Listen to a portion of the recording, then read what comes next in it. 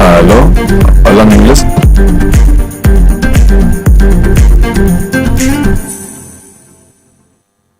Necesito quitar el... Aló, probando, 1, 2, 1, 2, español. Probando. Probando. El inglés. Ahora inglés, probando, 1, 2, 1, 2, 1, 2.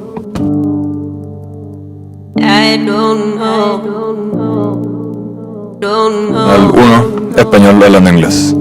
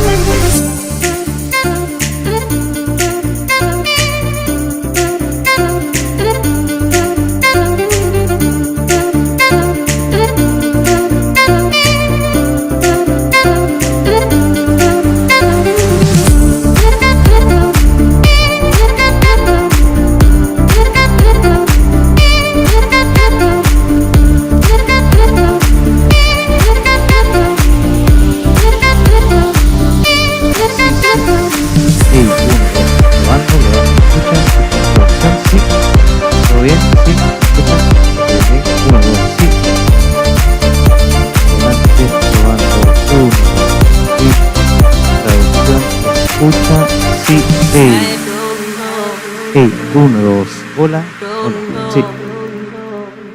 La segunda cabina, ¿me escuchan? Sí.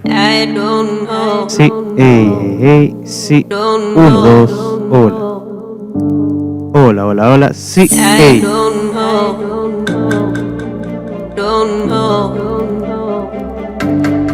Ahí probando canal inglés. Por si se escucha algo, no tengo idea. Se sigue mezclando, escuchando canal español y hablando por canal de inglés.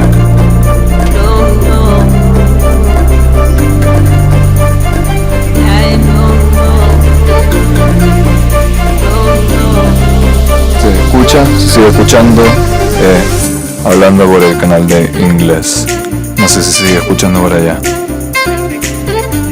Sí se escucha, hablando en caso de que necesiten pruebas.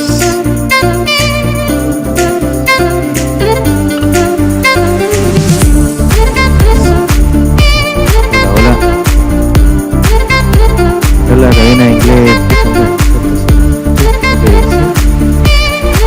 la cabina de francés, ¿escuchan? Bien, sí. Hey, hola. Hey, 1, 2.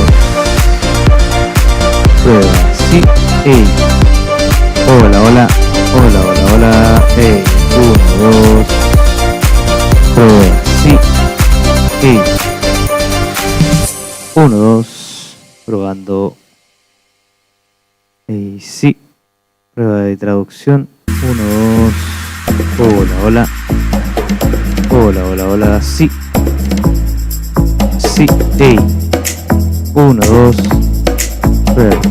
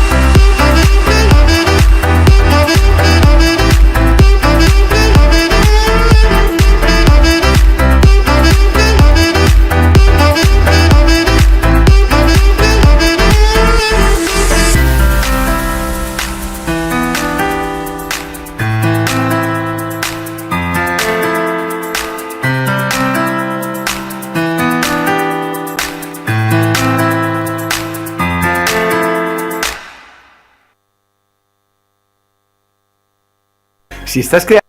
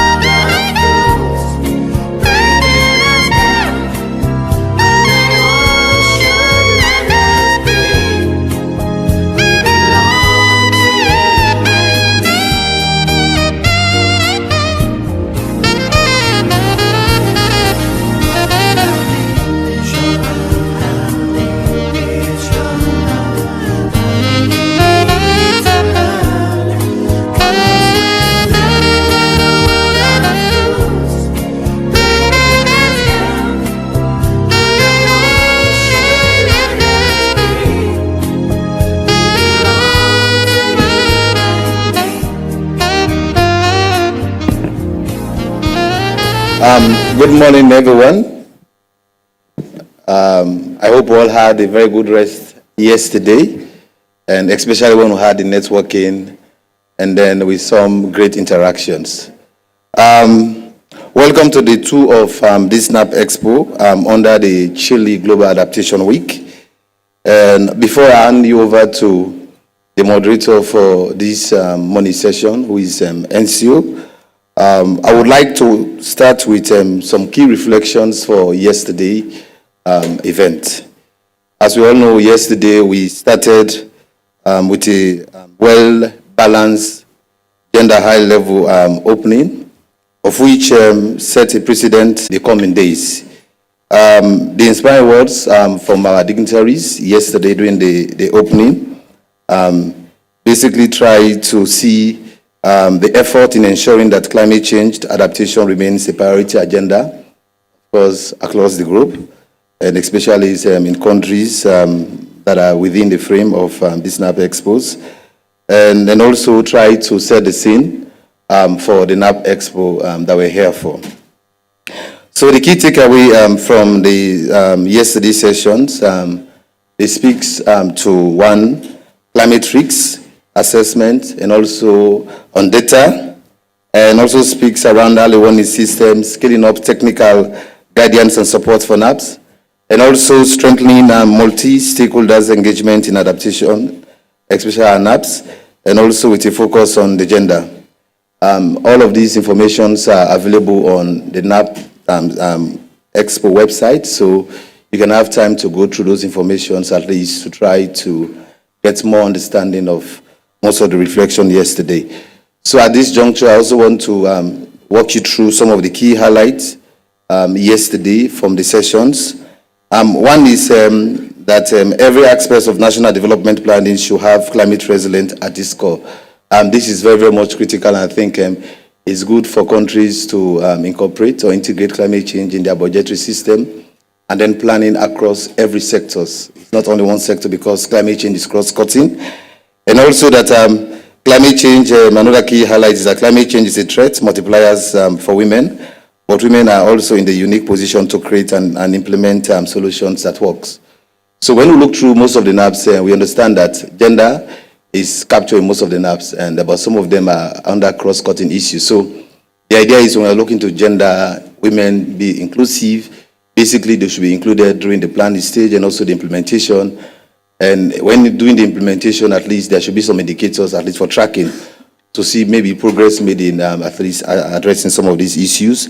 And also key takeaways like inclusiveness is essential to scale up adaptation, which means we need to include all stakeholders. We all know at the national level, normally it's a bottom-up approach, starting from, of course, the different districts or regions, and then comes up. So we need to include all stakeholders, be it public and private sectors, indigenous and traditional knowledge holders, and vulnerable groups, which are very much critical in this case, and also non-governmental organizations, and so much more, they should be included. So it has to be like a whole basket of everybody being included as far as the process is concerned. And also key takeaway is that the NAP are the primary ways to lead us in the right directions in being resilient. Yes, because when you look through the NAP, even within the guidelines, it presents the country's national circumstance, sectors that are vulnerable to climate change, and already countries try to prioritize those sectors at least, and then they can try to reduce those vulnerability by implementing projects that pinpoint or speak directly to those sectors. And also key takeaways that the NAP Expo that we're here for, and even the other expos, of course, have served as main adaptation expos, and they are very much effective at bringing together different actors and stakeholders to share expectations and lessons learned. And this is something even yesterday for the day one, we have seen lots of exchanges, a lot of knowledge we've gained, and especially when it comes to the practical ideas on many aspects of adaptation. And I'm so much excited to see that even within the first day, I think we've made some significant progress, and we look forward to the coming few days as we advance towards the end of the NAP Expo. So this morning, colleagues, ladies and gentlemen, we're going to have three interesting keynotes that is lined up. And these keynotes, of course, are going to speak to one, the urban waters, and also to food systems and on potential of economics of scale of climate adaptation. So, and then our priority session will also provide after the keynote, we'll have priority sessions that also provide space to discuss in details these thematic areas, and I hope you'll find it enriching as yesterday. And note that as we are going to most of the priority session and also these key notes, we should also bear in mind the expected outcomes. So at least for this SNAP Expo, which is one that speaks to incubation of new ideas and also community of practice, which is also another expectation for this SNAP Expo, regional corporations, which is very, very much key, and then also joint publications and then that of the product. So I hope you all bear in mind, of course, the progress that we'll try to make throughout this week, getting in mind some of these expected outcomes. So on this note, I wish you all that we'll have a productive day for this day too. And I now want to hand it over to the moderator for this session, who is Mr. Enzio Costa. I hope I got the name clearly. Enzio, you're welcome.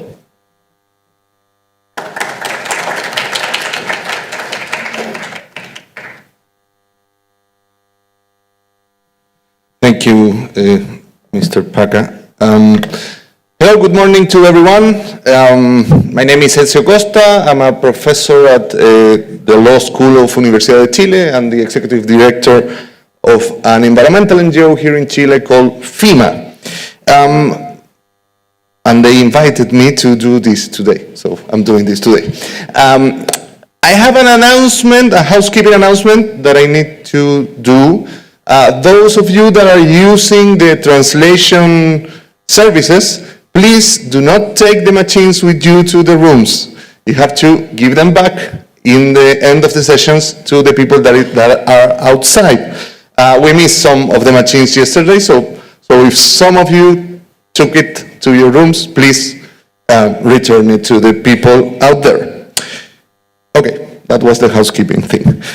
I have the pleasure to moderate this morning plenary, and as Ms. Paca said, we have great keynoters today, and it is my honor to introduce them to you, the three keynote speakers, Dr. Alison Lassiter, Ms. Raquel Moses, and Dr. Sheikh Mbow. Please, if you can join me, wherever you are.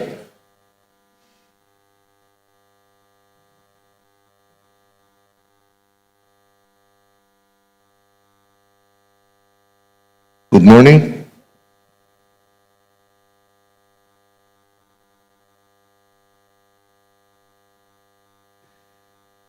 Okay, thank you. Each keynote will have between 20 and 30 minutes to speak, and then we will have time for question and answers at the end of the three keynotes. So, as the first speaker, I would like to invite Dr. Alison Lassiter. She's an assistant professor in city and regional planning at the University of Pennsylvania, where she teaches water policy, sustainable cities, and smart cities. Her research focuses on adapting vulnerable urban water systems to climate change. For example, how sea level rise and increasing salinity will impact coastal water systems or smart water technologies, and on monitoring and evaluating green infrastructure programs and projects. Today, Dr. Lassiter will talk about the importance of urban water system for scaling up adaptation action. Dr. Lassiter, the floor is yours.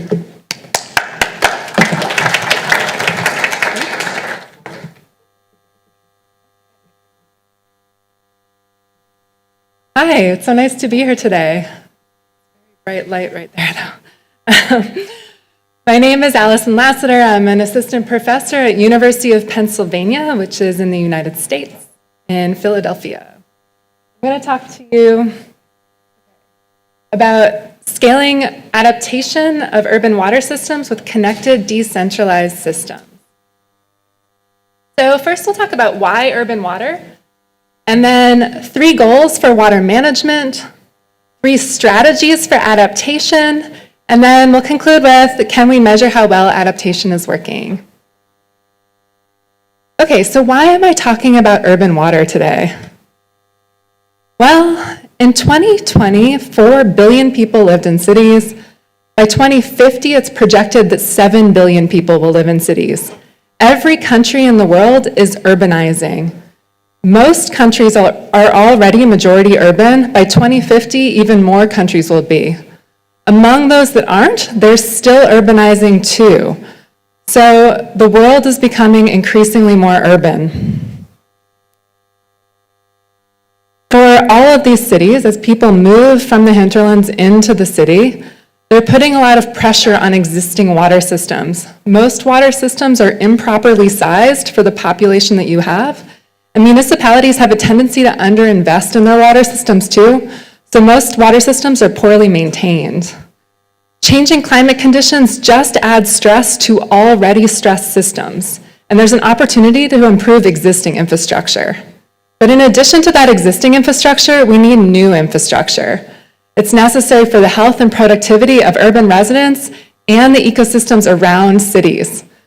There's an opportunity to not repeat the mistakes of the past and instead build a 21st century system ready for population growth and climate change. So before we get into exactly what that could look like, let's remember 3 big goals for water management. Now, water systems are different everywhere in the world, but these 3 goals I'd say apply everywhere. The first one is that all water systems need to be able to accommodate greater variability in water supply and demand. So many places in the world are going to experience more intense, less frequent storms, so more drought between them and more intensity once you actually have a storm. And there's increasing heat too, which may increase water withdrawals, and so people will be using more water just as perhaps there's drought. And then all of this is exacerbated by land cover change that's happening in cities. More impervious surfaces, less forest. So it's all of our ability to manage water and our ability to manage our demands is reduced by our changes in land cover. So pretty much every city in the world also has to be prepared for declining water quality. Some of this is related to human activities, industrial contaminants, for example, or poor wastewater management. And then there's also natural contributors like geologic parent rock salinizing water. Increased heat will interact with contaminants in water and may cause nonlinear impacts. And so pretty much everywhere in the world has to be prepared for their water quality going down. Okay, number 3, we have to make sure that we sustainably draw from our water resources.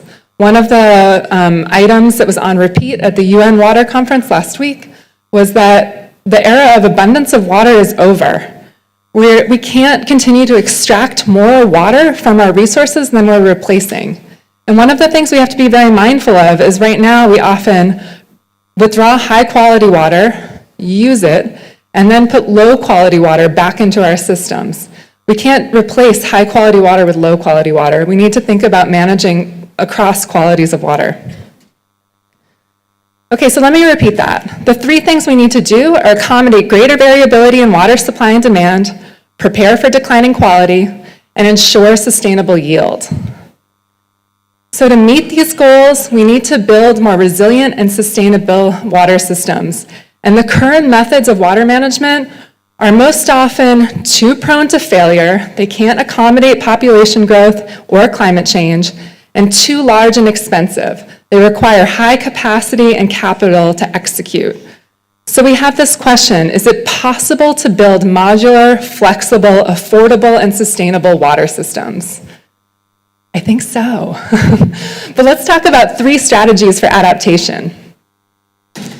Okay, the first one we need to think about is we need to identify water's interacting systems. So the most common way that people perceive water is through this linear understanding of how it moves through cities. So we might have a surface water source or a groundwater source. It gets pumped into a water treatment facility and then moved into our urban environment. It's maybe consumed by residential users, commercial users, industrial users, and then it goes to a wastewater treatment facility, Maybe it's treated to a good standard, maybe it's not, and then it's returned to a receiving water body. This linear understanding of water leads to over-extraction and reduces our ability to conceive of how we can reuse water and increase efficiency along the way. It's a very limited read on our water systems. So instead, I'd like to propose that we can think of our water systems as 4 big interacting systems within water. So at our base, we have natural infrastructure. That's all of our rivers and groundwater, our land cover. Then above that, we have our physical infrastructure. That's the pipes and treatment facilities and pumps. Then above that, we have our social infrastructure. That includes things like policies and pricing. And then above that, we have our digital infrastructure. So this is our new emerging technologies. Let me get to more of that in a second.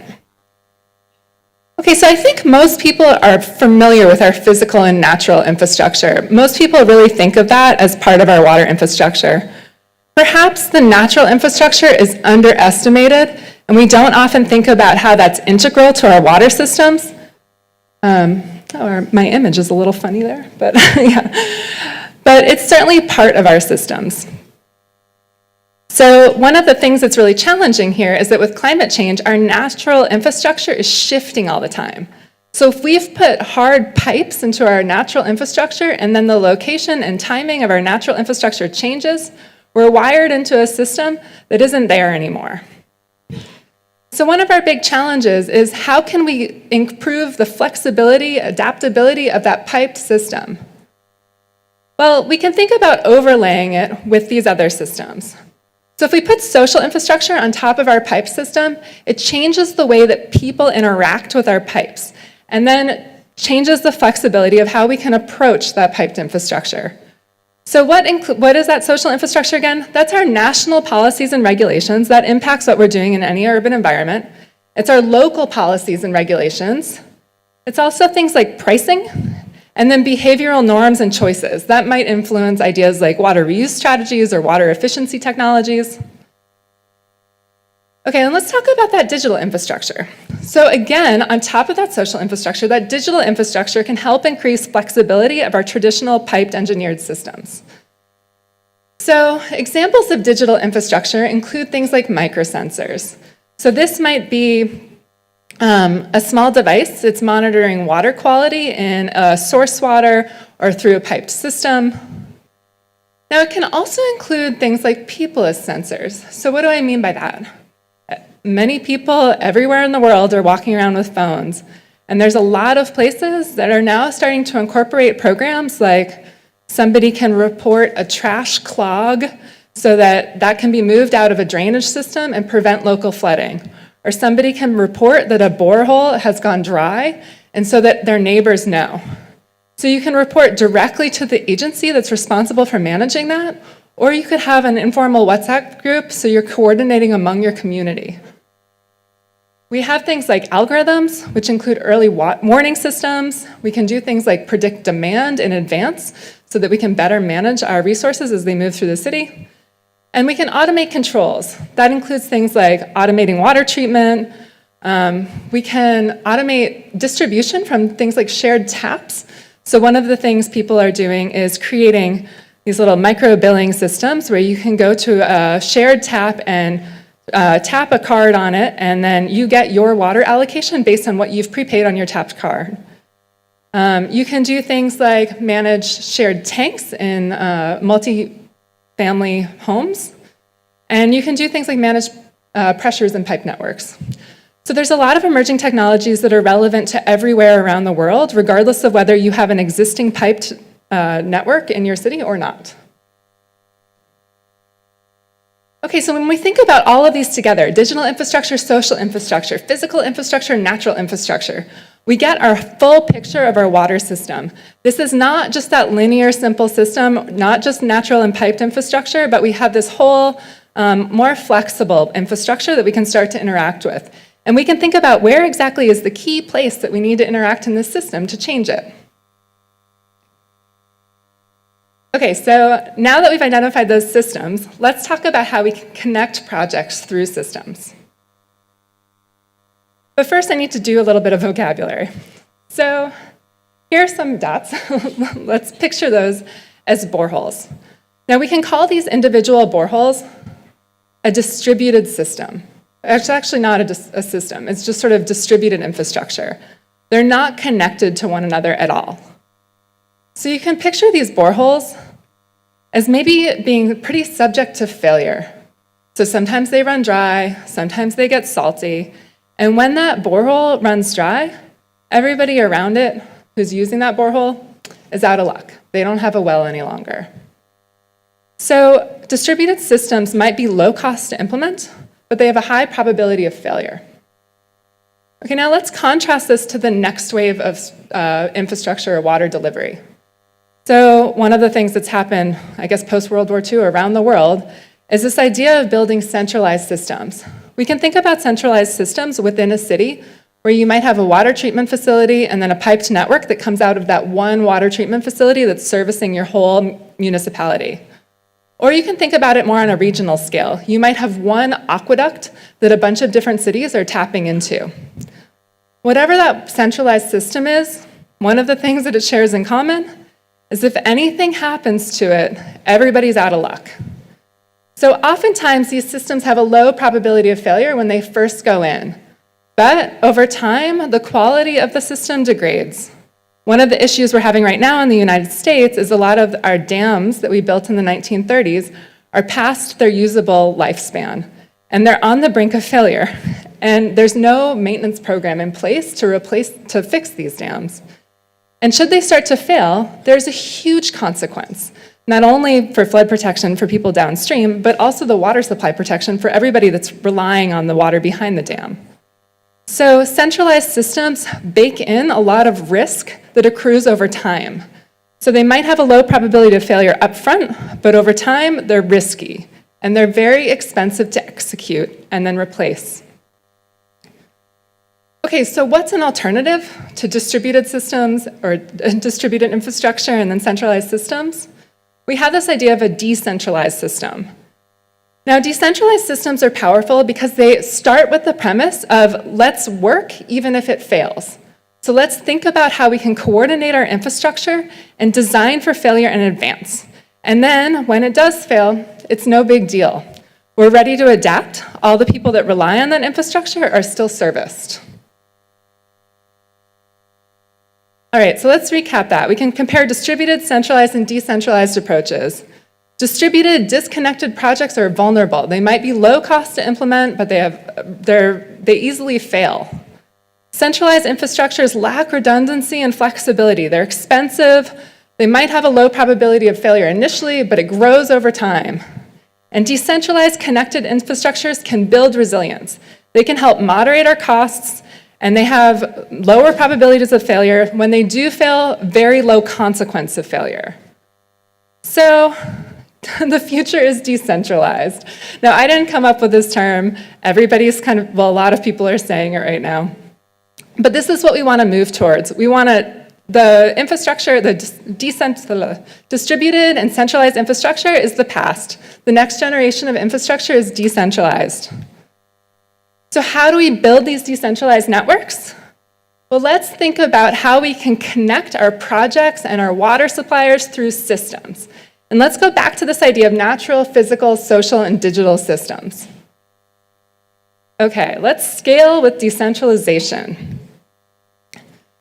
So one of the things we can do is we can start with a city and we can think to ourselves, what are the different facilities or projects we want to connect in the city?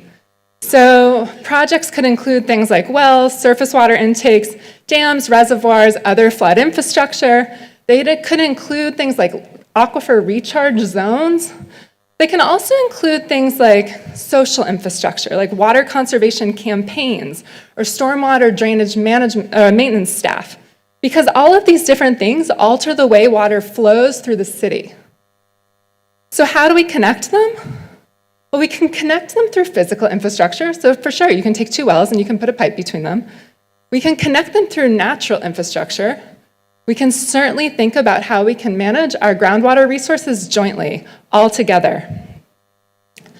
But we can also start to think about building those connections through digital infrastructure or social infrastructure. So through digital infrastructure, for example, you might think about that shared WhatsApp group between everybody that's relying on boreholes, or you might think about that reporting that goes from consumers that are using a well or a shared tap to a central agency. You can also connect through social infrastructure. So this is really a lot of power in connecting through social infrastructure. Sharing technical staff is a big deal because there's often not enough people to operate our water systems. We can procure products together. So if you're working across a whole municipality and you're buying together, you're going to reduce your costs. You can do things like create joint policies for managing flood and drought among the different water providers in an area, or maybe you're even partnering with something like your electricity provider. Or you could create a watershed management plan and ensure that sustainable yield. Okay, so building these connections moves our system from a distributed system to a decentralized system. And we're connecting through natural, physical, and digital infrastructure layers. And we're doing that, we're going to build resilience and sustainability. Over time, the thing that's nice about this system as opposed to the centralized system is you can kind of continue to add on projects and create and revise new connections to make it more modular and adaptable. Oh, okay, my images are a little funny here. Sorry. What's going on?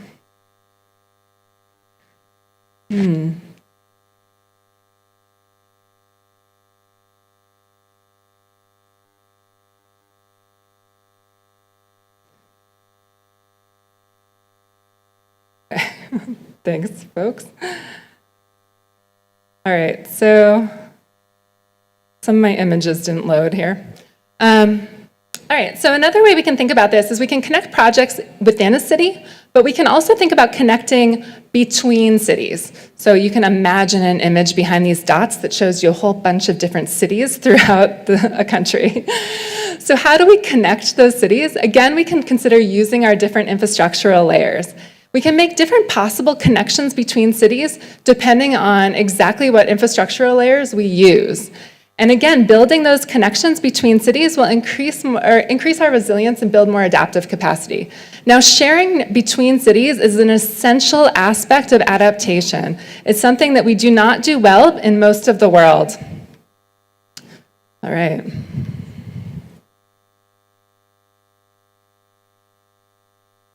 So the advantages of connected decentralized systems is it makes it possible to avoid projects that require huge capacity and huge capital outlays.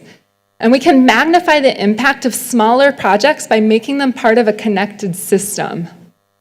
We can build resilience by preparing for failure in advance and ensuring quick recovery. And we can add projects and places, change connections, and adapt the system over time. We need to build in adaptability to our water systems, and building a modular system is the way to do it. So let me recap the takeaways here. We have our 3 goals for water management: accommodate greater variability in water supply and demand, prepare for declining water quality, and ensure sustainable yield. And then we have our 3 strategies for accomplishing those goals. We can identify water's interacting systems, connect projects through systems, and scale with decentralization. Everybody wants a decentralized water system now? All right. Okay, so kind of adjacent to this work, I wanted to flag that we're going to be running a session tomorrow. It's not exactly about urban water, but in addition to water systems, we have to think all about all of the systems that we need to adapt through cities and through countries. One of the things we can do is think about how we can measure that adaptation passively. So can we use passively collected data products like Earth observations, which we've talked about a lot so far, to identify adaptation, see successful adaptation over time? What are the right indicators for evaluating adaptation? So if you're able to, please come to our session, Geo for Naps. which is led by Leo Zulu, it's a project led by Leo Zulu, who's not here today, but myself, David Stevens, Tristan Grupp, and we will be running this session, and we'll be looking specifically from you to hear more about the climate adaptation indicators you think are most valuable. All right, well, thank you all so much for your time today.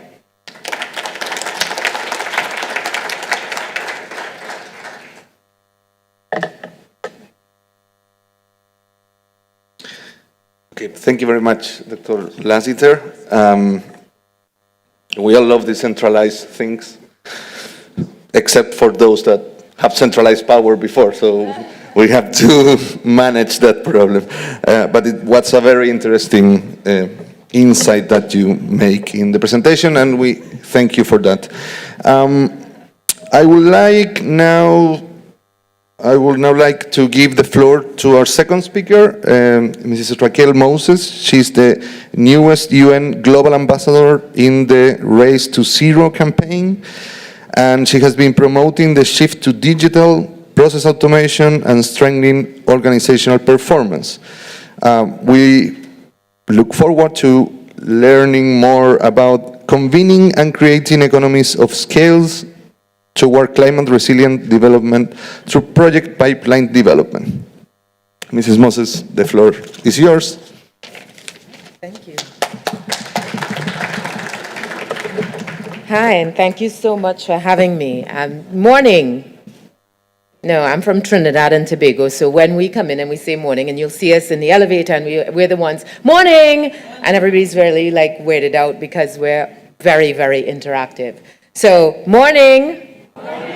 Wonderful. So I'm going to set the stage for how this is going to go because, again, I'm from the Caribbean and we're very interactive. It always surprises me when we're talking about climate in a very cold room because I feel like we are not prepared for what's coming. So, but nonetheless, I will persist. All right, so today, I really do want it to be interactive. So I'll ask you questions and hope, because I want to get a sense as to what you're exposed to, what you think, how you're feeling. So is that good? Yeah? Yeah, you can put up your hand if you want to say yeah, yeah? All right, excellent, excellent. All right, so I want to start, and I'm used to walking around, and I'm not going to have the opportunities. So if you see me sort of wandering off, it's because I'm used to kind of pacing the floor as I talk.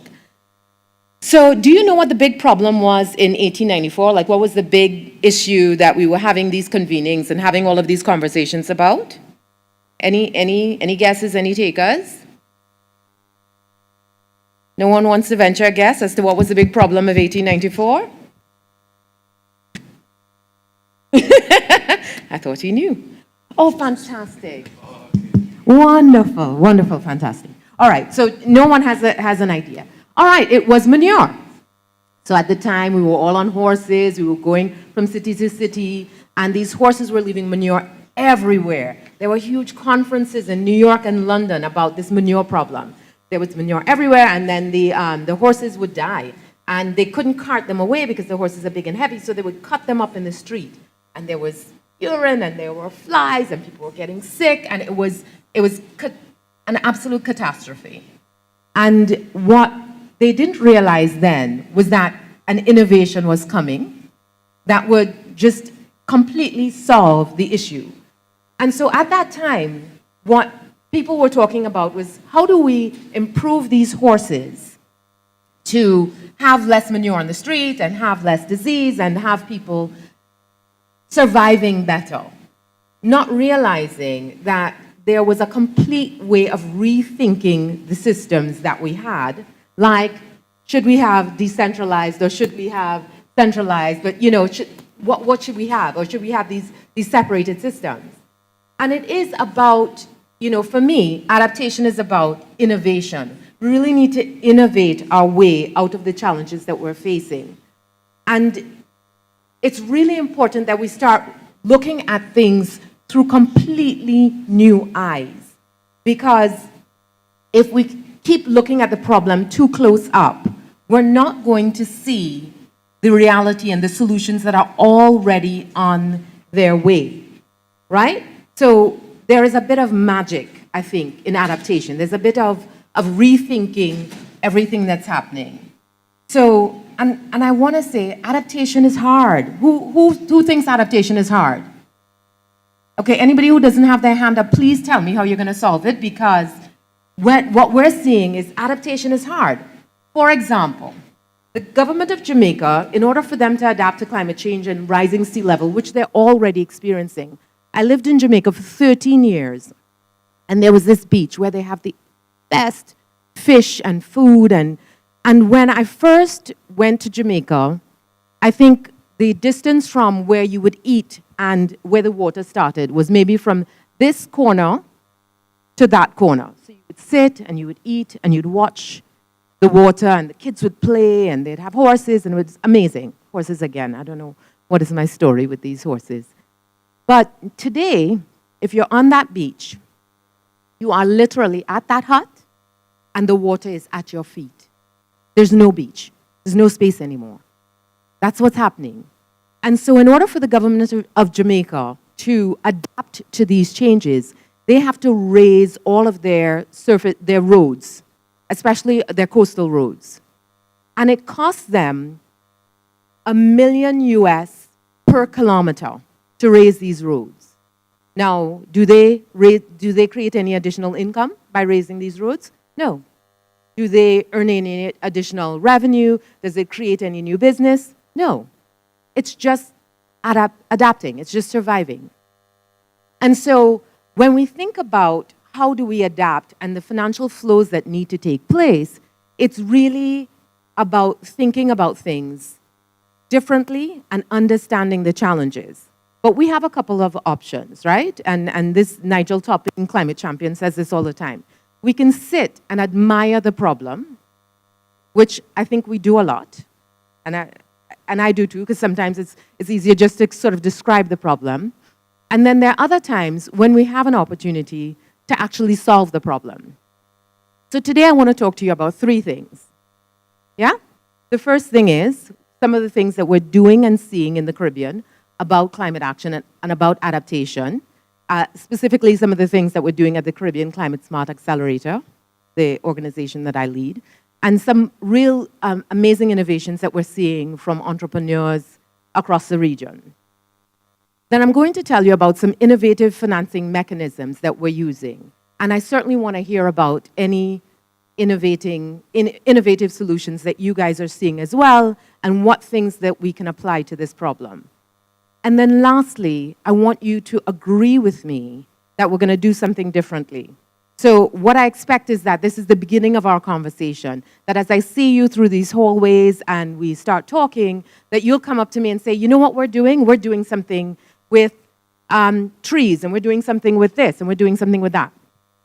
So what I want to understand is who's experiencing storms and destruction in where you are?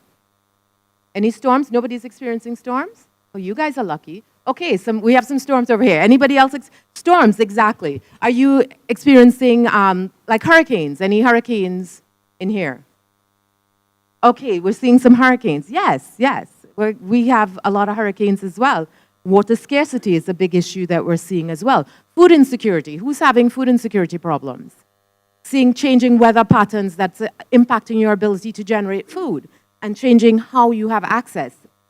And what about energy, issues with your ability to deal with the value chains and generate your energy? So increasing energy prices and everything else. So a lot of people talk about energy as climate mitigation.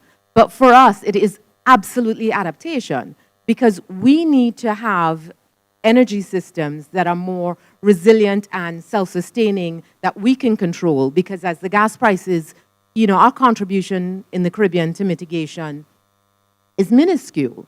And so that's part of how we solve the problem. So I'll tell you about a few of the things that we're doing.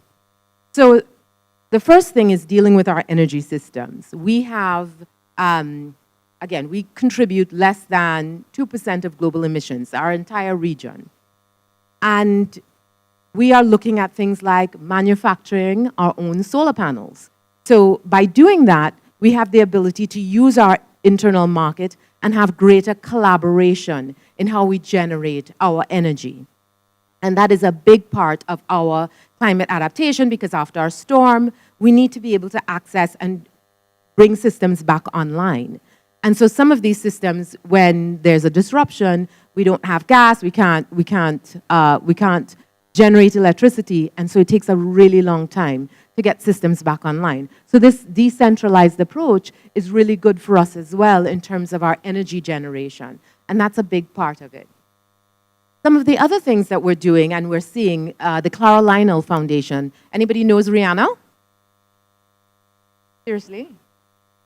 All right, everybody knows Rihanna. So Rihanna's foundation is called Clara Lionel Foundation, and they're doing amazing work across the Caribbean in strengthening and hardening healthcare facilities so that there is a shelter when a disaster takes place, because we experience such frequent disasters. And so they're making sure that they're independently, they have their own water system, they have their own electricity, and it is someplace safe and hardened that people can go when there's a disaster. We're also doing things at the accelerator with climate smart agriculture. So in the region, we're seeing changing weather patterns, our yields are changing. After a storm, entire crops are wiped out. So we're moving a lot of our agriculture indoors where we can. And we're working with an entrepreneur called Fork Farms, and they produce these things called flex farms. And we've worked with the government of Anguilla that's rolled out their first flex farm, and they're seeing amazing yields in terms of using this hydroponic. It looks, somebody described it as a refrigerator. It doesn't look like a refrigerator to me, but it's about that size. And the yields have been fantastic, and now we're rolling that out across the Caribbean to look at ways of building our food security and growing our own leafy greens. And that's really important to be able to do that.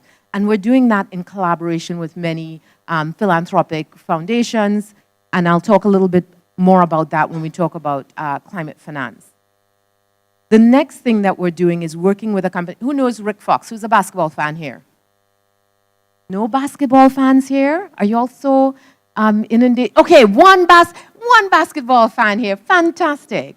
So we're working with Rick Fox, who used to be a famous Laker. He's also an actor and, well, was an actor. But he is working on this phenomenal solution, carbon negative concrete. And this carbon negative concrete, what it's doing is they're using brine and steel slag to generate this new houses, and they're doing this, the world's first carbon negative communities. So we have the ability to build infrastructure that's strong using brine. So if we're doing desalination, we have access to brine. We are small island developing states, but we're big ocean states, so we have access to lots of salt water. So if we don't have brine, we can use salt water and use this to create this stronger infrastructure to build homes that are more resilient. So when the storms come, we actually survive and can go on to adapt another day. And these are the kinds of solutions that we are seeing rolled out across the region that we think are really important. But apart from that, we are building this climate smart map. And this is talking about all of the ways in which, what are some of the funding flows that are available?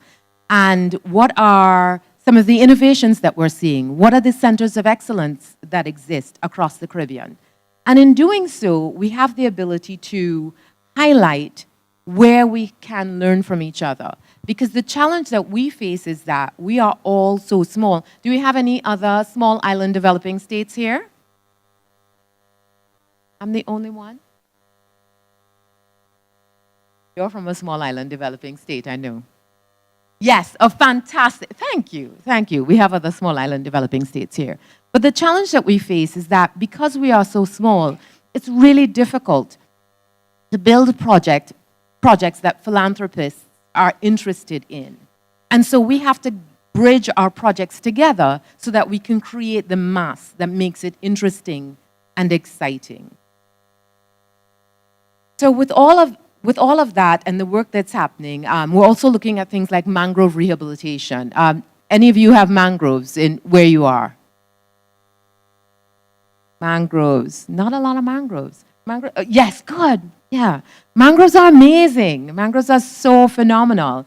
They're such a great place for, natural protective systems. And so mangroves are key to our survival. They help protect against storm surge, and it's a natural system versus something that's far more expensive to put in place. And so we are building communities, working with communities on mangrove rehabilitation and looking at new models of using mangrove rehabilitation to protect us against storm surge. We're also looking at things like coral rehabilitation.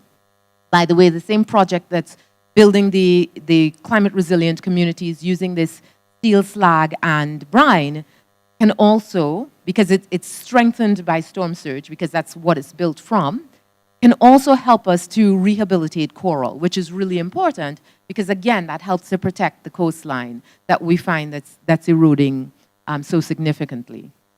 So what we're hoping for is to get all of these solutions, but how do we fund it? So when we talk to countries across the region, that's the biggest challenge. How do we fund things like this? So we're seeing things like blue bonds. So who knows where the first blue bond was done? Yes! Who was that? That was you. All right, so the first blue bond was done in the Seychelles, and that was an amazing blue bond. But we now have the largest one has been done in Belize. And it's rolling out, and then Barbados has done their blue bond, and now we're seeing an opportunity to create a regional blue bond in the Eastern Caribbean.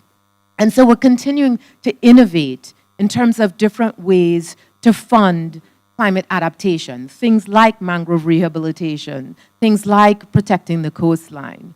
But we're also seeing things like creating natural asset companies, and that is valuing ecosystem services and using that valuation of ecosystem services to then create a revenue stream. And so what does that mean? That is looking at what is the value of a forest? And what are the services that the worms and the ants and the trees, and what are the services that those are providing? That has a value. And who's willing to pay for that value? Well, people are willing to buy NFTs, so, that actually has a really great value that is appreciating over time. And so there's an opportunity to use these natural asset companies and these natural asset systems to then create a cash flow for like insurance companies and those kinds of things who are willing to invest in our future and invest in our protection of nature. And so that's a really key opportunity, again, to create a cash flow that can be applied to adaptation. We're seeing things like selling of blue carbon credits and selling of carbon credits for seagrass. And one of the things that we need to do, as much as, some people are on both sides of the fence as it relates to selling carbon credits, we absolutely agree that people need to reduce their carbon footprint. But in addition to that, we also need to sell these carbon credits so that we can create an income that can be used for things like adaptation. And so we're trying to build bigger projects across the region so that there's an opportunity to use that to fund adaptation. And then we're working with philanthropists, and they have been wonderful in terms of using their funding to be catalytic and using that catalytic funding to then apply to how do we see what's happening, amplify that, and help it to grow even further. And so we're working with a number of philanthropists across the globe, the Virgin Unite, Virgin's Foundation, the Weiss Foundation, the Elma Foundation, Templeton Foundation, among many, many others that are interested in funding projects. The challenge that we find in our region especially is that our projects aren't necessarily very mature. And so we need a lot of support in building up these projects so that they can get to the point of attracting philanthropic funding. But we are seeing some innovations, and especially in adaptation. So who has sargassum where you are? Who knows what sargassum is? All right. What's sargassum?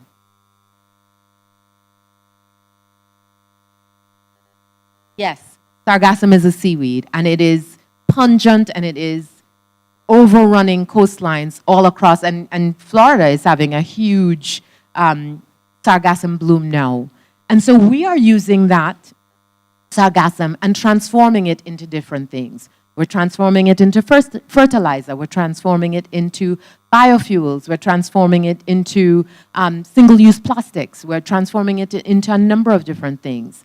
And these all present opportunities for so that they have the ability to then use this thing that's not going well and turn that into an economic opportunity, because that is what we need to do. We have to, as a Caribbean, forgive me, a small island developing states, and as the global South, we need to focus on what are some things that we can do to convert this challenge that we face in adaptation into an economic opportunity. Because if we are not creating cash flows through adaptation, then all we continue to do is have a conversation about adaptation needs more funding. And I'm not saying that adaptation doesn't need more funding. It absolutely does. And we need to all continue to advocate for additional cash flows for adaptation. But the challenge is that we also need to create businesses from some of this transition so that we have the ability to self-fund as much as we possibly can. So those are some of the things that we're seeing and really excited about. So I said to you at the beginning that we need to innovate our way out of this. We need to stop admiring the problem, and we need to think about ways of doing things differently. And what I'd like to do is to agree with you as to evaluating, unearthing, and finding these additional centers of excellence and revealing those, creating new ways of doing things. So I loved your example on water, because I think that is something that we can really take on board and look at, rather than sort of fixing the water systems that we have, but creating new water systems. Guyana is in our region, and it is, unfortunately for the rest of us, one of the largest oil finds in history. But they are now building out their infrastructure. And luckily, they are thinking about it in a really climate-forward way. So we need to think about, how do we innovate our way out of the challenge that we're in? How do we find new ways of doing things? How do we collaborate differently with each other? How do we engage to understand what are the best practices? But mostly, we need the global South to generate many of these innovations. It at times breaks my heart when we're seeing all of the solutions that are being rolled out only by the nations that created the problem. Because if you look at where the solutions are being created, that's where the wealth is being created. So we absolutely need not only more innovation taking place coming out of the global South, but we also need to highlight those innovations. Because who's from the global South here? It's not just that guy. All right, yes. So we have quite a few people from the global South here. And the reality is, we need to amplify the innovation that is taking place, and we need to create those solutions for us, but we also need to export those solutions to the global North so that we are creating funding flows that can then help us in funding this transition, because that's what's really important. Finding the ways to pay for this challenge that we face in adaptation. So I hope that I've shared with you some of our ideas and some of the things that we're doing. And I hope that as you see me in the hallway and after this session, that you share with me some of the things that you are doing and some of the entrepreneurs that you're working with and the work that they're doing, that we can then implement in our region in order to help us in this very, very important transition that we're undertaking. So thank you so much for your time.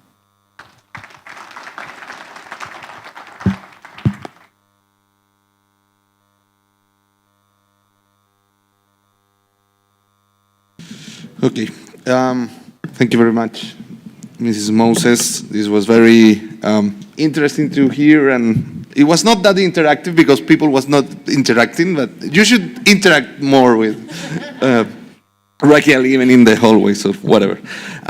We have our third speaker now. It's Dr. Chik Mbow. Dr. Mbow is a research professor at and the general director of the Centre de Suivi Écologique in Senegal. He's an expert in land and forest productivity, food security and climate change, agroforestry and land degradation. And he was previously the executive director of START International in Washington, D.C. and lead scientist on climate change at the World Agroforestry Center in Kenya. Dr. Bo will present about resilient food systems in Africa. Dr. Bo, the floor is yours.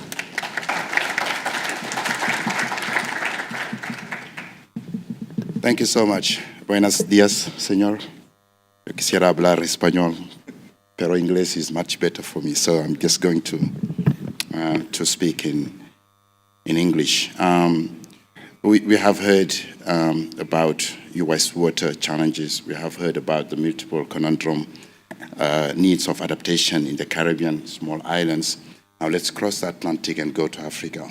And my talk will be, how to definitely prioritize the climate finance instruments that we have in various institutions to promote something which is key, central, and necessary for adaptation in Africa, which is food security. Everything that Alison and Raquel mentioned in their speech would lead to food security. No food security without water, no food security without energy, no food security without integrated approach, including mangroves and all the things that Raquel mentioned. So I have the tool here, I think. How does it work? Good. So about the center itself, Centre de Suivi Écologique was born after the second drought of the Sahel, which you all know. The first drought was the 70s, this mega drought which traumatized the world.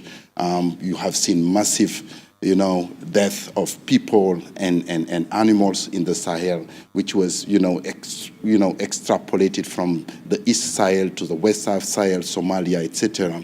And then a second drought came in the 80s. And that second drought also hit the population and hit the economy really so bad. It was so bad because additional effect that was created by the oil crisis at that time. So the United Nations came to our countries and say, how can we help you? Our countries were saying, we don't know how you can help us. But the thing is, these things which are happening, having some causes which we don't master, needs to be understood better. An institution such as CSC was born after those two mega droughts that was, affecting the Sahel. And it started as a small program in the most sensitive areas, which is called the Sahel. It's called a furlough in this very case. And after some years, we went from that small spot of action to most West Africa countries where we do a number of projects with a number of initiatives. And I was in few sessions yesterday where we talk about Earth Observation, START International, Future Earth, the Adaptation Fund, the Green Climate Fund. All those institutions are trying to support the programmatic implications of responding to drought, responding to climate change through local institutions with domestic knowledge, with African scientists, because the contextual requirement for solutions cannot be based on imported solutions. The solutions for adaptation, for me, is local, is domestic, is context-specific.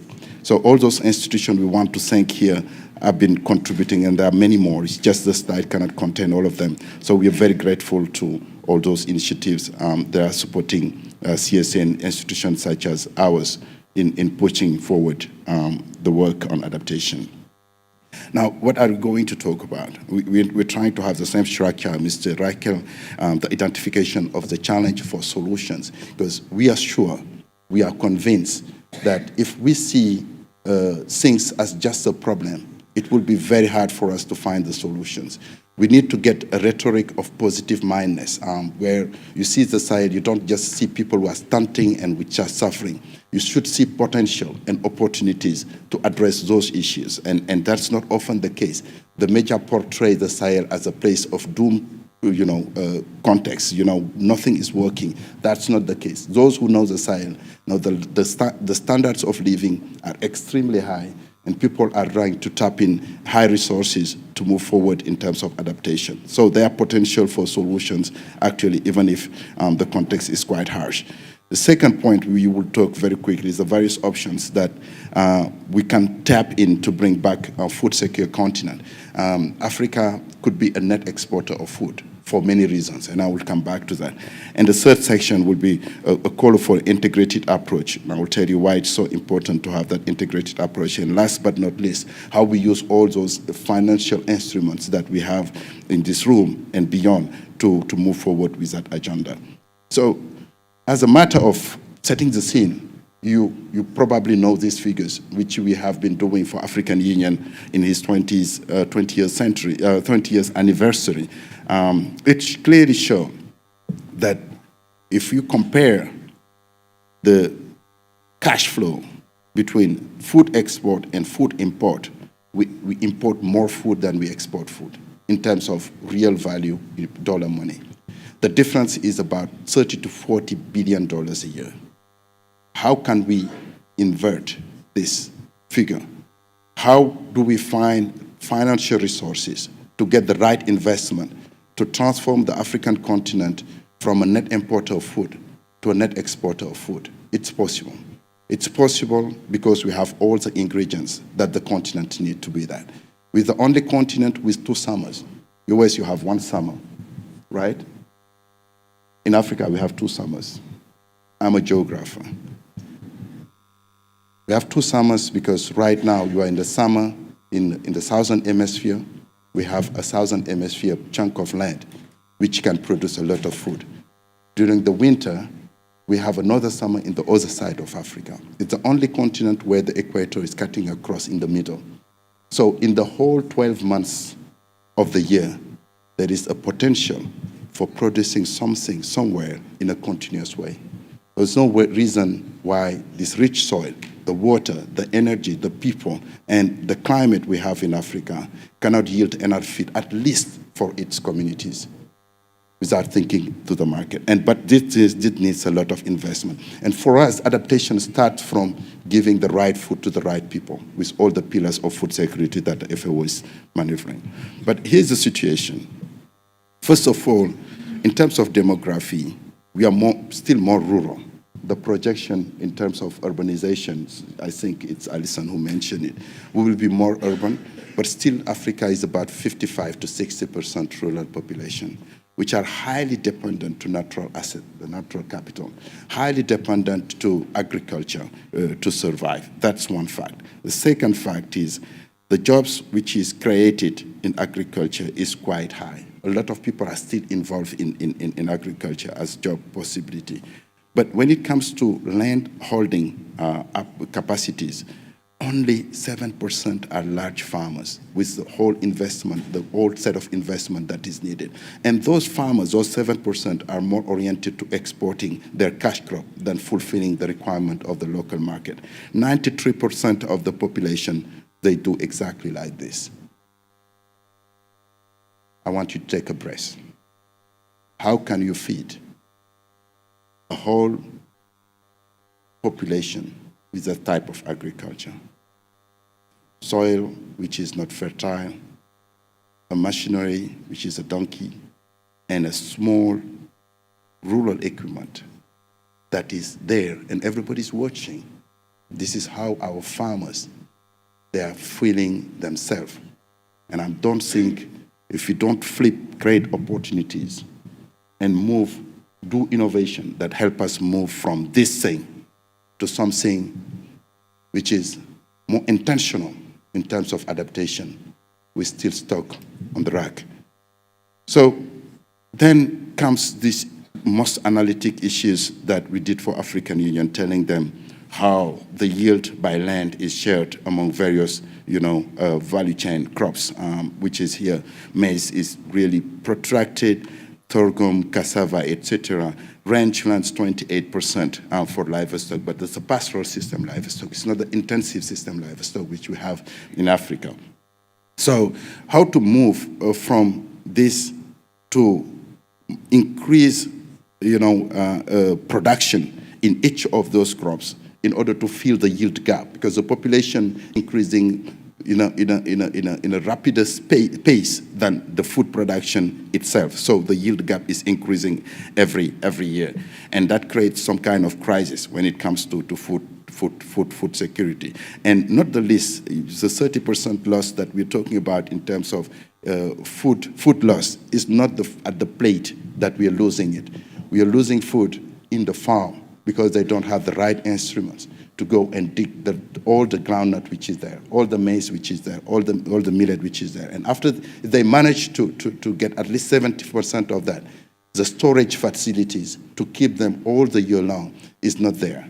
So at the end of the day, you're losing a lot of food product just because you don't have the right infrastructure. Now, all that leads to a lot of challenges when it comes to food security, mostly undernourishment, severe undernourishment, 23%. It's the highest, endemism of undernourished people in Africa, which is due sometimes to access to food. The road infrastructure is not good. It is due to climate change. It rains, and after your harvest, there is another rain, which you do not expect, which completely destroy your harvest of that year. And it has happened this year in Senegal particularly. And you have to do catch-up measures to make sure that you're coping with those situations. Availability. Most of this processed food coming from the Western world are extremely expensive for local communities, but it dominates the market anyway. There's a lot of things that needs to be mentioned on those 4 pillars of food security as mentioned by the FAO. So other challenges, and each of those challenges, again, think about solutions. And we are just raising it there for us to, in the conclusion, to show you how we can reverse the rhetoric and build a more resilient system. The sand encroachment, the invasive species, I'm happy to hear that they try to use seaweeds to make one single-use plastic. This is exactly the case where you have this kind of productive biomass to do fertilizers and other things. Intensive logging, options by doing woodlots, sand erosion, charcoal making, carbon in the soil. There's so many different physical problems that needs to be addressed differently with new options and new interventions. And one thing which you all heard is Africa holds 60% of the global arable land, but at the same time, 50% of the land in Africa is degraded. I think I haven't seen those 60% of arable land available in Africa. I did not see them. I've been traveling, working in South Africa, in Kenya, in Senegal, and traveling almost in most of the countries. Nobody has shown me that 60% unused fertile land for agriculture. Because the land which you think is available for a continuous, development of agricultural land, that land is used for other multifunctional purpose, such as wood, such as livestock. There is no land which is there available for others to come and grab. And the land grabbing has been a serious issue as we face the land degradation process that you can see in the pictures here. And then comes the layer of climate change, obviously making it worse. Yesterday, Virginia Burkett projected a great map where we can see that Africa is getting somehow wet in some of the Sahel areas, but in terms of yield gap, it's really increasing. As you can see, the cereal yield, is just decreasing in most of the areas on the map on the right side, which is, something quite worrisome enough to cause concern. So where do we come from in all this?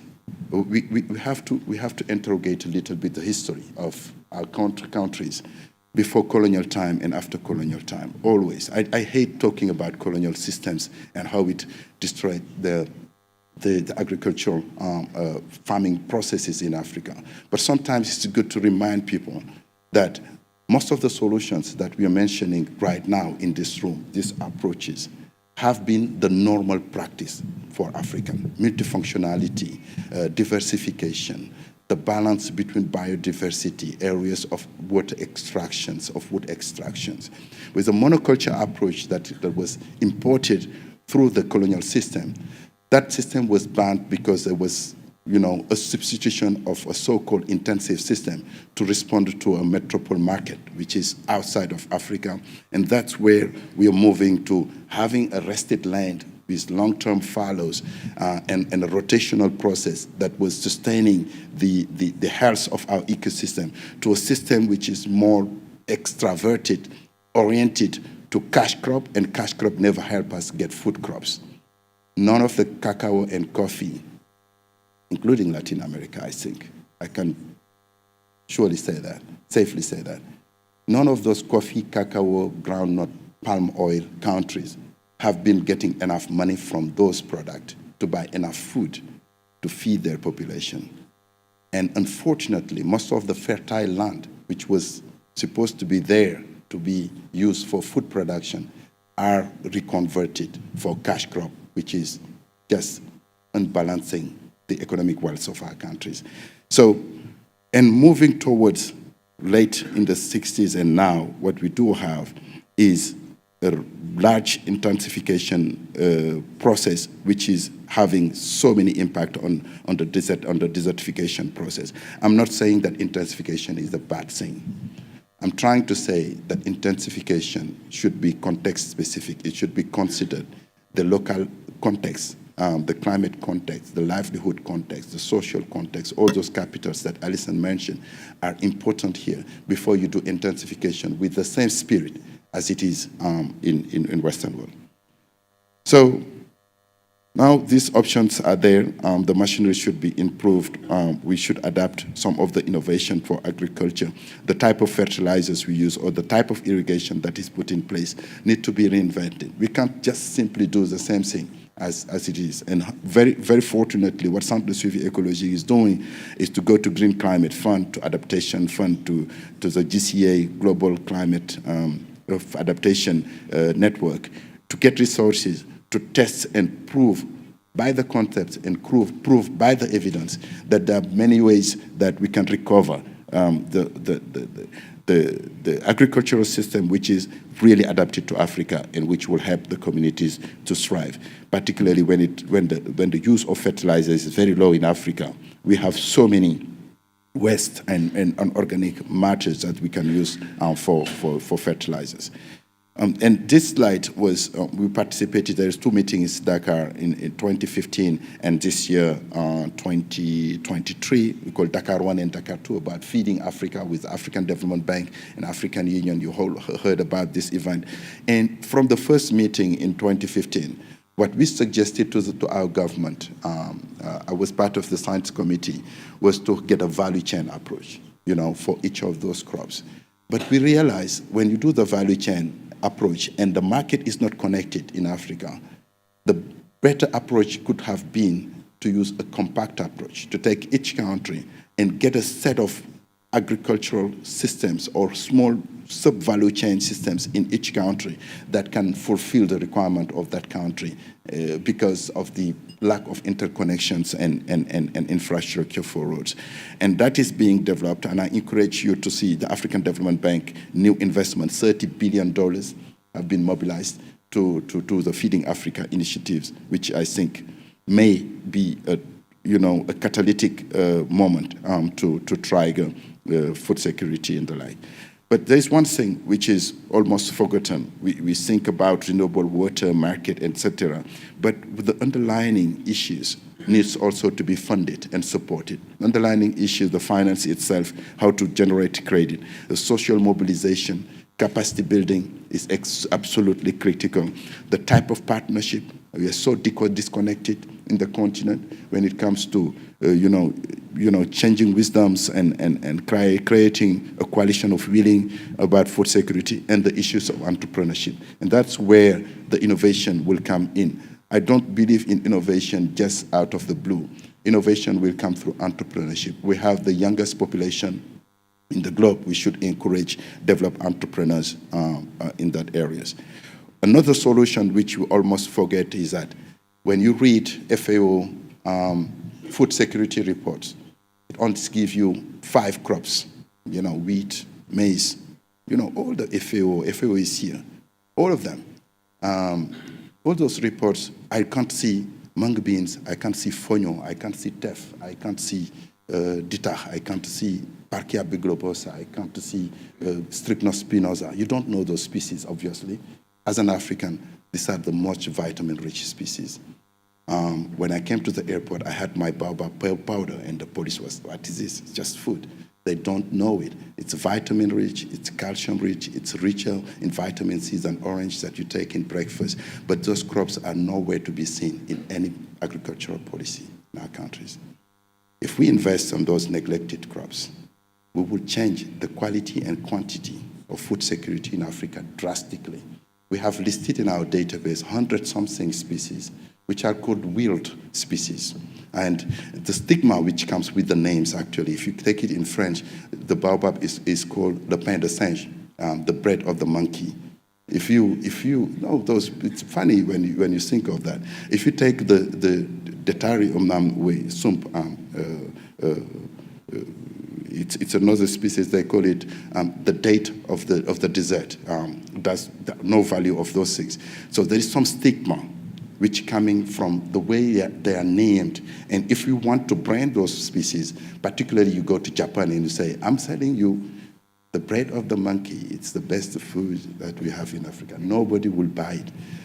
And the local name has been totally dismissed. And it's really, really worrisome to do that.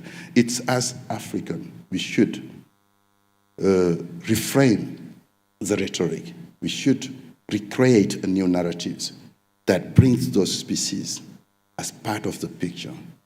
We can do the agronomic development of those species. We can do all the sequencing. And if we don't, guess what? Coca-Cola, Unilever, Nestle, and others still are doing it. Moringa is everywhere in the US. And that is a very excellent, nutritious food. There's a lot of leaves which are being developed in Africa, not valued so far. So neglected crops. Alternative crops, mung beans, I mentioned it. I will go very quickly for the sake of time. And it has a lot of cash return because there is a new market for those gluten-free, vegans and so many. A land your production. Trees is a biological pump. Trees will buffer climate change. There's a lot of important roles that trees, which has been banned in our farm from colonial time, those trees needs to be held back in our farms because they're playing a big role. We can't just mimic the Corn Belt or the European agricultural system. Agriculture in Africa is a multifunctional practice with trees as part of the farm. And the exotic trees importation, this is a picture I took from Kenya behind agroforestry system, my previous center, where we just asked them to remove all exotic trees and put native trees for many reasons. For those who are interested in botany, we can talk about it. And fisheries, pastoral systems that are in place, the slash and burn agriculture can be improved as well. So water, Alison, for us, a decentralized system is also a system. Capacity effectiveness in Africa means tapping into the deep water in the Sahel. It's plenty of water, 2019, I think. But then the surface water, those small water pumps, it will go very quickly. But you can manage those small water pumps as a decentralized approach to connect the animals and people with the local needs, because it's so expensive sometimes to have a borehole and to maintain it. And we are doing this goal for the small water ponds, which are temporary water ponds, which are many in Africa, in many places. So integrated approach, and this integrated approach will be my conclusion. It will help, do a lot of things. Land restoration, with so many techniques that you have seen in the Sahel, you know, zais and half moons, to do water harvesting within the farm and to create productive systems that are really, responding to the need in terms of food system. But the Great Green Wall, which you all have heard, is also trying to put in place those integrated approach with a lot of investment and cross-fertilization among stakeholders. And the CSC is doing all those things by investing the GCF Adaptation Fund, GCA, the French FEM, GEF, the French GEF, and we work on all those areas, flooding, health, biodiversity, coastal zone management, water resource management, fishing, in various areas. Most of them I mentioned already in the talk, but we do also against flooding, against coastal areas with a lot of geographical distribution in the country. As you can see, most of the investment by the GTF is quite distributed in the country, and we are taking projects thanks to our IND, which are responding and aligned to the National Plan on Adaptation. But more so, and to go quick in this presentation, we are supporting so many other countries in Africa for their readiness. I think our colleague from Togo is here. She approached me. I could not see her in Africa. I just met her here in Santiago, and she was saying, thank you for putting us forward in the readiness. And all those countries are being covered. It's about 11 to 12 countries which are being covered in terms of readiness. It's working well. And our approach for integrated systems is not only the process and outcomes, but all the upper layers, the sectoral approach. But for us, IPCC will not narrow down to the issues that we have in Africa. It's a global report, important to understand the global picture. I've been doing it for many years, but for more important domestic research, what we do is the land resource opportunity for growth prosperity in the Sahel, or use it or lose it, the sustainability approach that we develop in land, or the dry land chapter in the state and trends of adaptation report for GCA. It was very quick. I'm very passionate about the topic. I could have been taking a lot of time, but I see the chair looking his watch, so I tried to rush on some of the slides. I thank you for your attention and ready for questions. Thank you.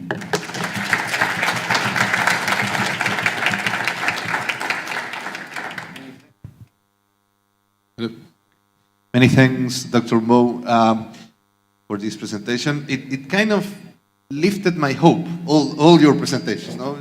When you are in this kind of event, or at least me, I think that we don't have much hope. And to listen all of your solutions for adaptation has been great for me. So thank you very much. We have 5 to 7 minutes to make questions. So if we keep them brief, maybe we can take 3, 4, or 5. It depends on you. So anyone who wants to do a question? Over there. We should have another mic, I think. Oh no, maybe I will take this one. Don't worry. I will go.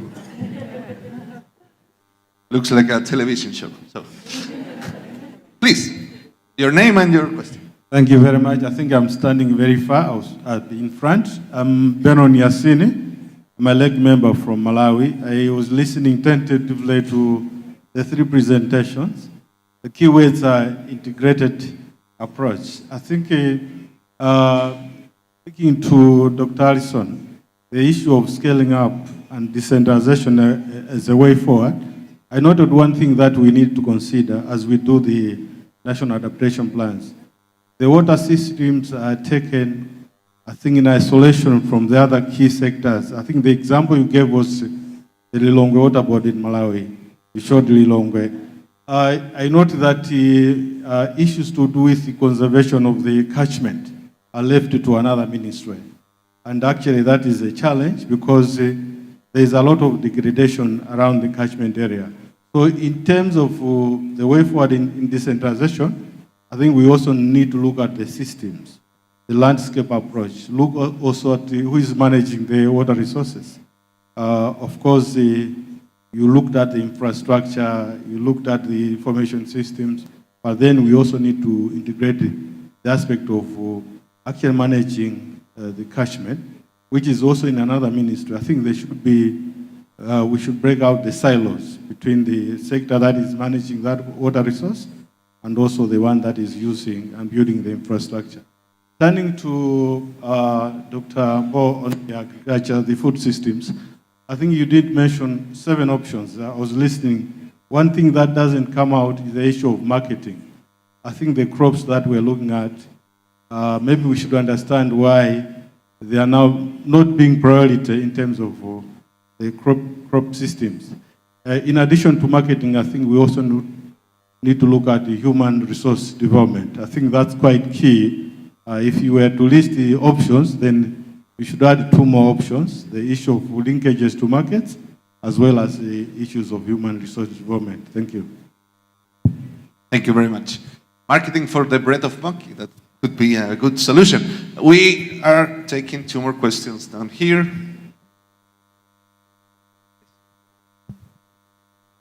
Yes, thank you. Thank you very much. My name is Arthur R.M. Becker. I come from Liberia, and I work for the Environmental Protection Agency of Liberia. To the last speaker, thank you for your brilliant presentation. But basically, my concern has to do with you placed more emphasis on the Sahel region. I come from an area that has a lot of rain, densely forested, has relatively fertile soil, but yet has some of the negativities you spoke about, which includes, but not limited to, deforestation, land degradation.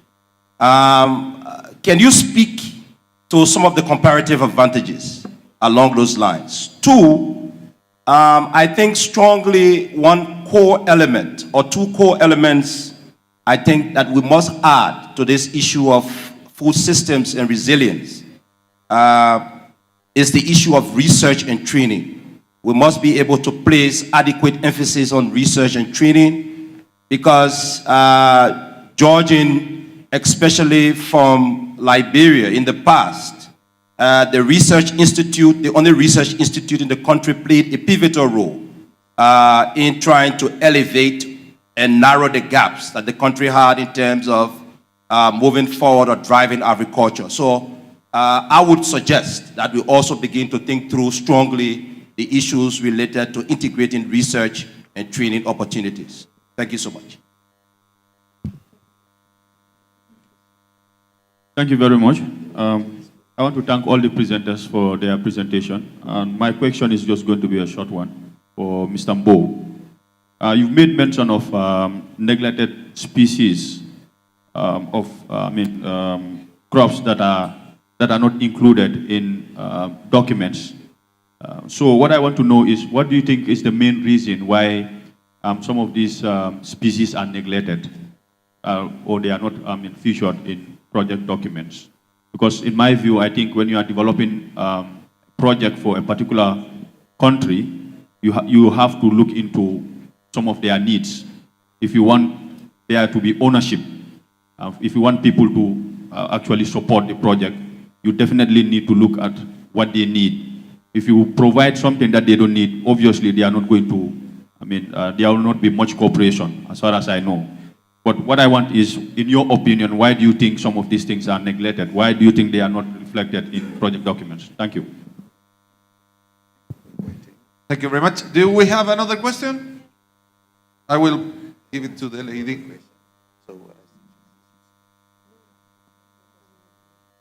Thank you. I would like to thank the presenters for very interesting presentations. My name is Balqis Osman Al-Asha. I'm Chief Climate Change and Green Growth Expert in the African Development Bank. My question to doctor from the Trinidad, I think you brought a very interesting point when you spoke about the manure crisis in the 18th century and how when it was like it reached the peak, then there was like the invention of the motor vehicles, and then the crisis vanished. So now we are also facing this crisis with the fossil fuel and the resulting impacts.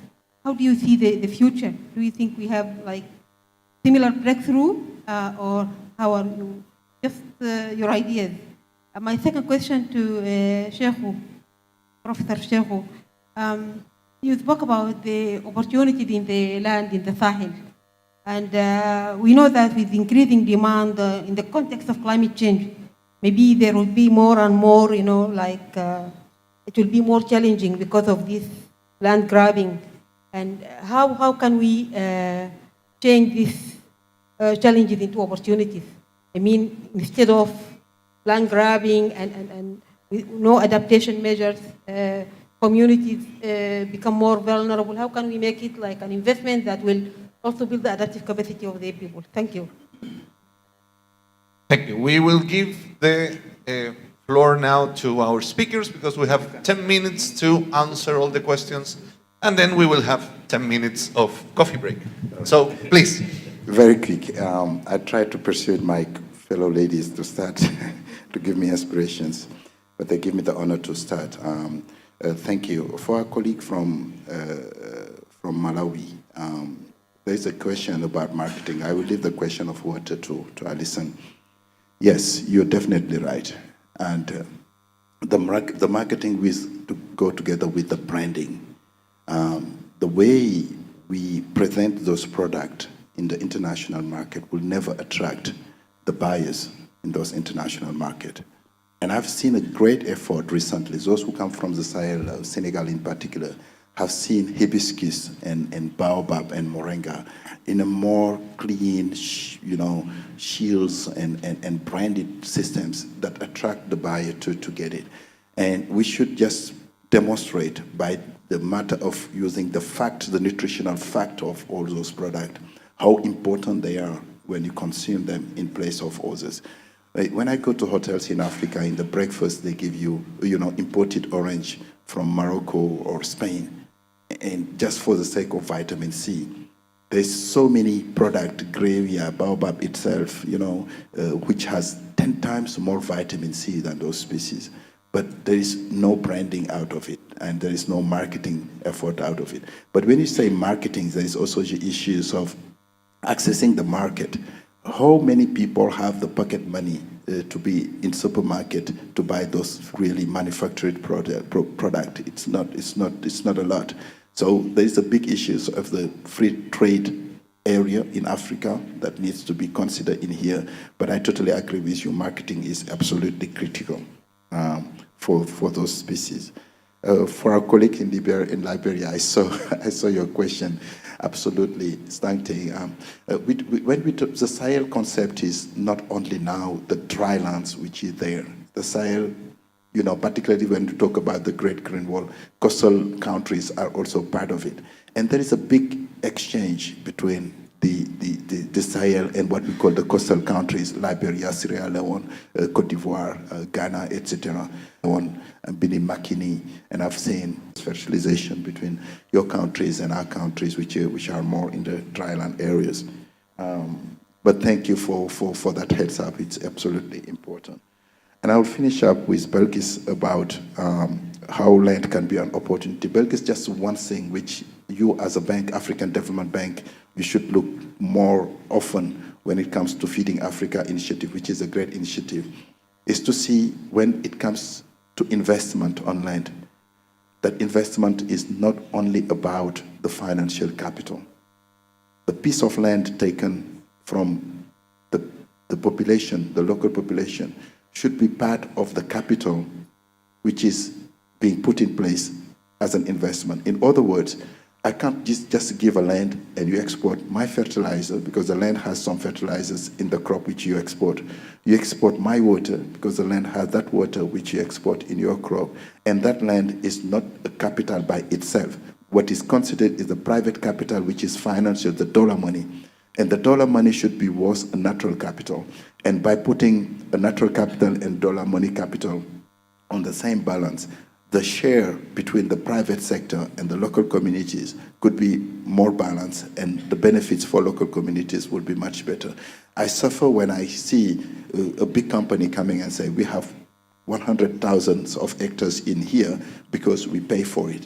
But that 100,000 of acres is millennia of soil conservation, of forest conservation, of community and livelihood living with it, that nobody is valuing in the business model that is being put in place. And I think we should revisit that kind of things. That will be, for me, the only way to attract the private sector, but also to use the natural capital as an input into the business model that is being put in place. Otherwise, you know, those people having the financial capital will grab all the benefits and go, and that will not lead to any adaptation.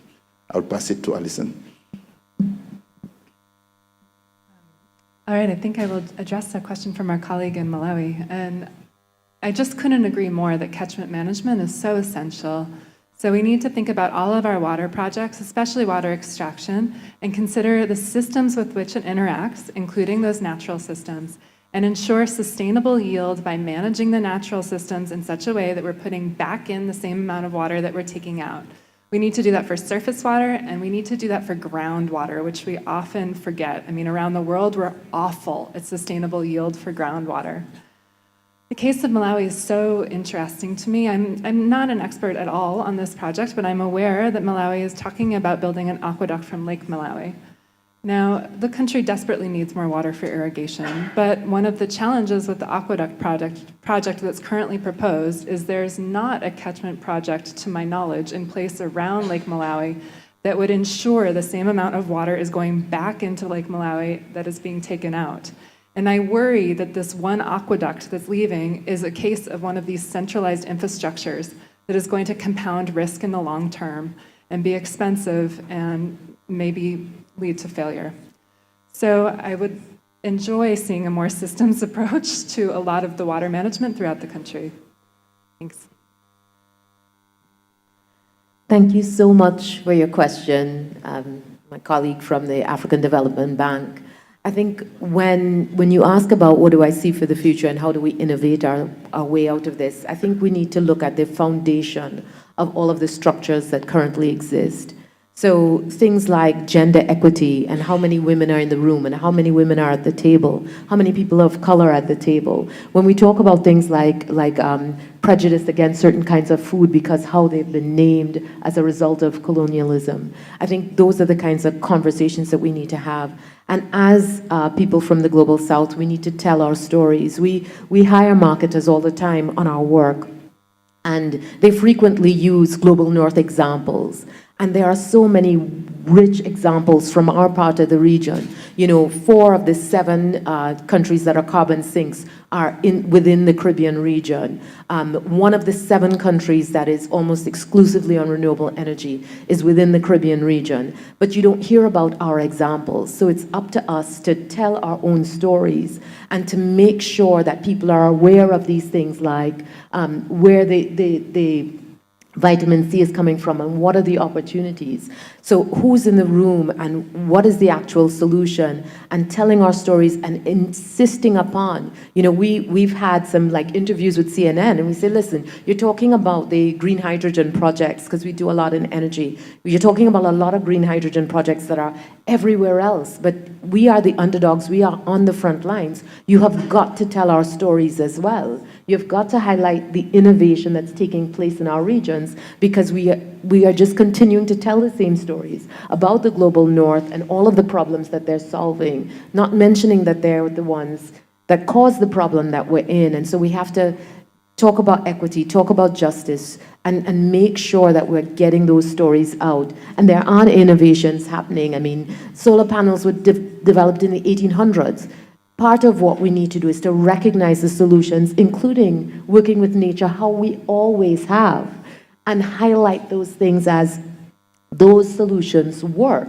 Let us return to what we know already works and get those things back to where they're supposed to be. So that would be what I see in the future.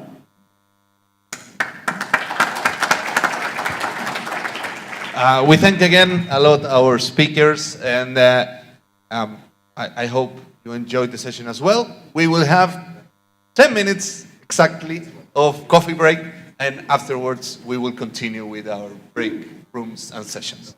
So thank you very much.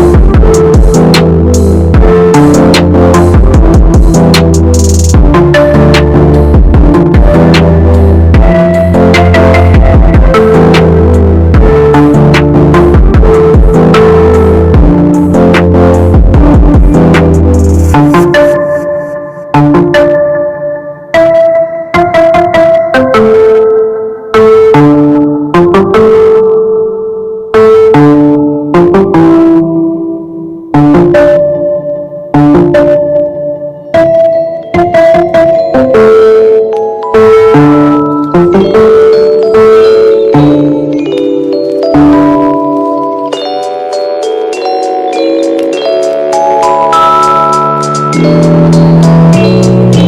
te promets, je te lâcherai jamais la main. Je te lâcherai jamais la main.